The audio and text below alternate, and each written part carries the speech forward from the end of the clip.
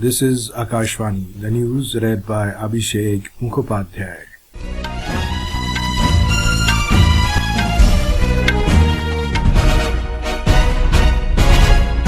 Prime Minister Narendra Modi will be on a two-day visit to Andhra Pradesh and Kerala beginning today. Mr. Modi will reach Andhra Pradesh this afternoon, where he will inaugurate the new campus of the National Academy of Customs, Indirect Taxes and Narcotics at Sri Satya Sai district this afternoon. Mr. Modi will also interact with officer trainees of the 74th and 75th batch of the Indian Revenue Service, Custom and Indirect Taxes, as well as officer trainees of the Royal Civil Service of Bhutan. Prime Minister Modi will reach Kochi in Kerala this evening and hold a roadshow on his way to Ernakulam. During his visit to Kochi, Prime Minister will inaugurate three major infrastructure projects worth more than 4,000 crore rupees. The government has imposed 50% exports duty on molasses. The molasses is a byproduct of sugarcane used as a raw material for alcohol production. The Union Finance Ministry has issued a notification in this regard, which will come into force from Thursday. The export duty is a strategic measure to regulate the supply and demand of commodities, ensuring domestic availability. The ministry has also extended the existing concessional duty rates on imports of crude and refined edible oils by 1 year till the 31st of March 2025.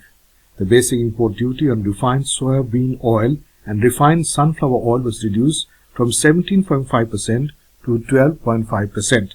The reduction in import duty on edible oils will ensure their availability to consumers at affordable prices. Ayodhya in Uttar Pradesh is gearing up for the grand opening ceremony of the Ram Temple. The rituals of the Pran Pratishtha, or the consecration ceremony of Ram Lalla's idol at the Sri Ram Janmabhoomi complex, will begin today. The rituals will culminate on the 22nd of this month with a grand ceremony that will be held in the presence of Prime Minister Narendra Modi and others.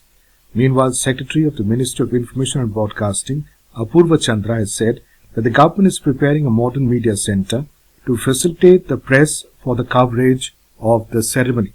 The Secretary was addressing a press briefing in New Delhi over the preparations underway in Ayodhya. The 54th annual meeting of the World Economic Forum began at Davos in Switzerland amid growing concerns among world leaders over global conflicts, climate change and deepfake. The theme of the conference is Rebuilding Trust, emphasizing the focus on exploring the opportunities enabled by the new technologies and the implications on decision-making and global partnership.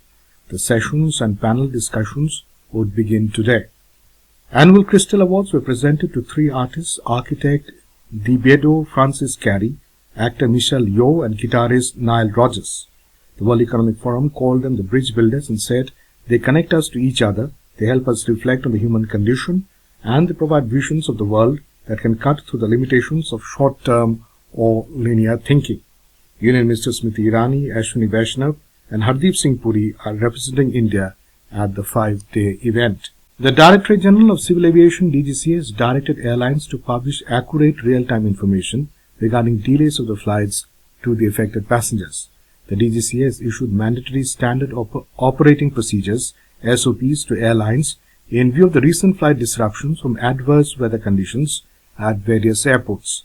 As per the SOP, the airlines have to notify the passengers through the website, direct messaging and airport bulletins. It also asks the airlines to sensitize the staff to suitably communicate, guide and inform the passengers about their flight delays. Dense fog conditions are prevailing over North India as a cold wave continues in the region, affecting train and flight operations. The Indian Meteorological Department (IMD) said thick layer of fog was seen over the entire region, including National Capital Delhi, Punjab, Haryana, North Madhya Pradesh, Uttar Pradesh, Bihar and West Bengal this morning. Patches of fog were also seen along the east coast of India.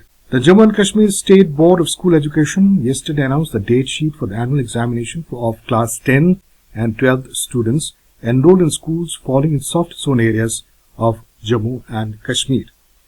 In hockey, India will take on Italy in the final Pool B match of the FIH Women's Olympic Qualifiers in Ranchi today.